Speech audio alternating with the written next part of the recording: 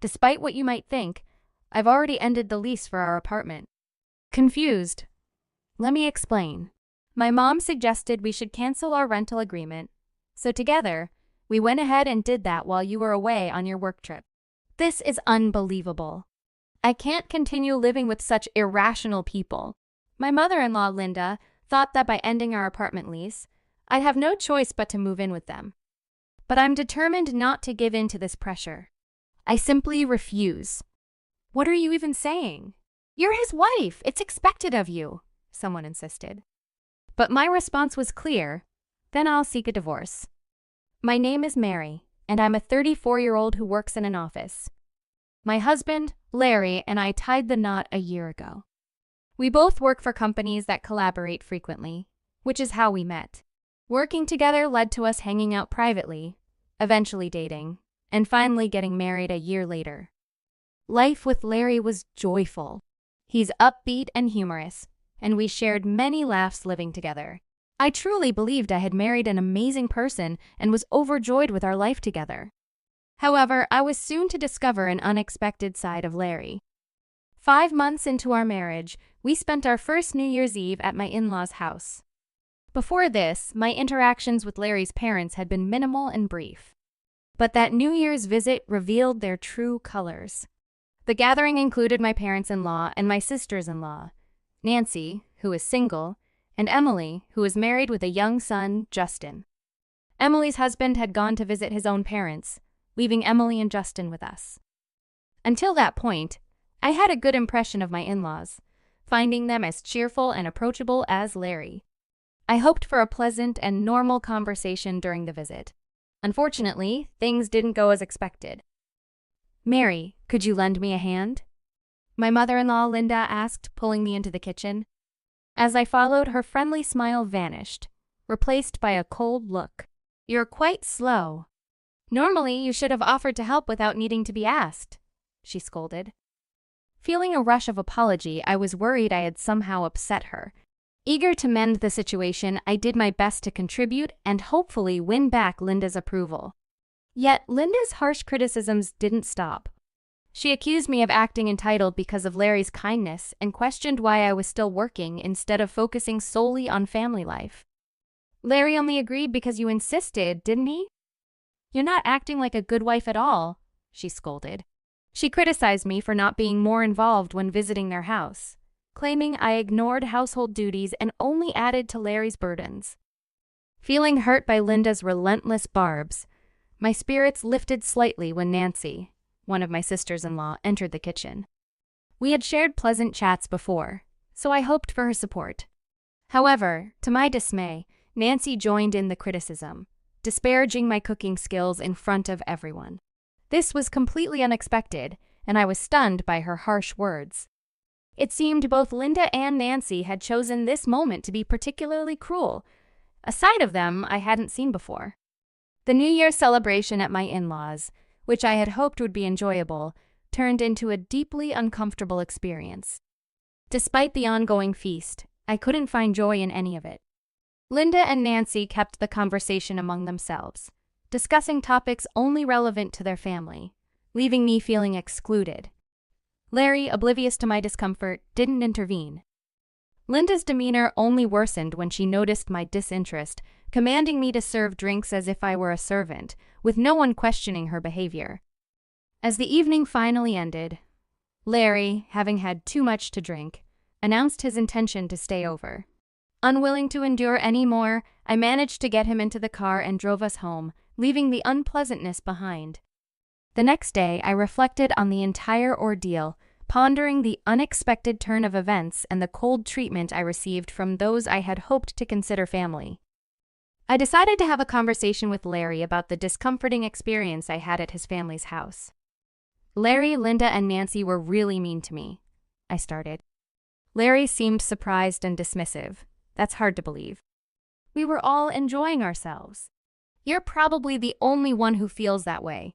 I tried to explain how Linda and Nancy had said some pretty hurtful things to me in the kitchen, but Larry doubted such an event, questioning whether I was making it up. When I pressed further, he excused himself, citing a hangover and a headache, asking to delay the discussion, which he never revisited. Later, Larry mentioned we were expected at his sister's house soon, for Justin's birthday. Without considering my feelings about our last visit, he insisted I attend and even pick out Justin's birthday gift, despite my busy schedule. After much thought and despite my reservations, I selected a gift I hoped Justin would enjoy. At Justin's birthday party, my effort seemed to pay off when Justin expressed genuine joy for the present I chose. Emily, assuming Larry was behind the thoughtful gift, thanked him. I waited for Larry to correct her, but instead he took the credit, claiming extensive research went into selecting Justin's present, leaving me astonished and unacknowledged. I was thrilled to see Justin's happiness with the gift I had carefully chosen for him. Yet my satisfaction turned to disbelief when Larry claimed the credit for the thoughtful present. Before I could process this, Linda's voice snapped me back to reality, urging me to hurry up with the cake. Confused? I asked. What cake? As I genuinely had no clue what she was referring to. Linda then shocked me by accusing me of forgetting the birthday cake she allegedly told me to prepare. I didn't hear anything about that, I protested, but my confusion only seemed to irritate her further. What kind of partner are you? Didn't you prepare the cake? She pressed, making it clear that she believed I had been informed. Admitting I had no knowledge of the cake only drew disappointed glances from everyone. Linda then labeled me as negligent, causing distress not just for me but for Justin, who burst into tears, upset over the absence of a birthday cake. Linda's consolation to Justin, blaming the oversight on me, only added to my dismay. How could you be so thoughtless? She scolded, as if the mistake was mine. Looking to Larry for support, I hoped he'd clarify the misunderstanding, knowing well that Linda had never asked me about the cake. To my astonishment, Larry sided with Linda, accusing me of being a poor wife and implying I had intentionally upset his family. Just when the situation couldn't seem more dire, Nancy stepped in with a cake she had supposedly bought, just in case. Justin's mood instantly changed for the better at the sight of it, and Linda lavished praise on Nancy for her foresight. Nancy then took a dig at me, suggesting she had anticipated my negligence. It was in this moment I realized the trap that had been set for me. Linda and Nancy had orchestrated this scenario to paint me in a negative light, cleverly manipulating the situation to their advantage. The situation took an unexpected turn when everyone blamed me for forgetting the birthday cake, branding me as a negligent wife. There wasn't a single ally in sight. Even Larry joined in, accusing me of causing distress to Justin and declaring that I should leave as a form of punishment. You shouldn't expect to stay for the meal or enjoy the cake after causing such trouble, he said, supported by Linda, Anne, and Nancy's insistence that I go home. With no other option, I left Anne's house, embarking on the long journey back to our place alone, reflecting on the irony of having selected Justin's present during my work time. That evening, Larry chose to stay at his parents' house instead of returning home. When he finally did come back the next day, he confronted me with allegations of harassing Linda and Nancy and deliberately forgetting the birthday cake, as if I had some vendetta against his family. You're a terrible wife, he concluded, taking Linda's word over mine. I was stunned, not just by the accusations, but by his unwillingness to hear my side of the story. Wait, you're taking their word over mine? And you're accusing me of neglect when you claimed credit for the gift I chose for Justin? I challenged. Larry brushed it off, saying it didn't matter since the gift was from both of us, missing the point entirely. It dawned on me that Larry was more interested in maintaining his image with his family than in standing by me. His actions and words stripped away any affection I had for him, leaving me to contemplate a future without this marriage. If this pattern continued, I realized seeking a divorce might be the only way forward. As I mulled over the idea of leaving, an incident occurred that made up my mind for me. I had been away on a business trip for 2 days, unaware of any developments at home. Upon my return, I was met with the shocking sight of Larry's belongings neatly packed into cardboard boxes. Confused and alarmed, I reached out to Larry, who abruptly ended the call with a promise to return home soon. My frustration grew as I awaited his explanation, but to my surprise, Linda, Anne, and Nancy were with him when he arrived. "Larry, what's happening?" Why are your things packed, and why are they here? I demanded. Larry, with a smirk, announced, "We're moving out." Moving? To where exactly? I asked, bewildered. To my mother's, he stated plainly, as if it was the most natural decision. Stunned, I protested. Why are you deciding this without discussing it with me? Linda interjected, accusing me of being childish and insisting I should simply agree with Larry's decisions. However, I stood my ground, emphasizing that as a married couple, Larry and I should make such significant decisions together. To my utter disbelief, Larry revealed that he and his mother had already terminated our apartment lease while I was away. This revelation left me speechless. I couldn't believe Larry would make such a drastic move without my consent, effectively leaving me with no say in the matter. Faced with the reality of moving in with Larry's family, a prospect I was adamantly against, I reached my breaking point. You're suggesting that as his wife, I have no choice but to follow? I clarified. Exactly, Linda responded, convinced of her argument. In that moment, with clarity and conviction, I declared, then I'll divorce him.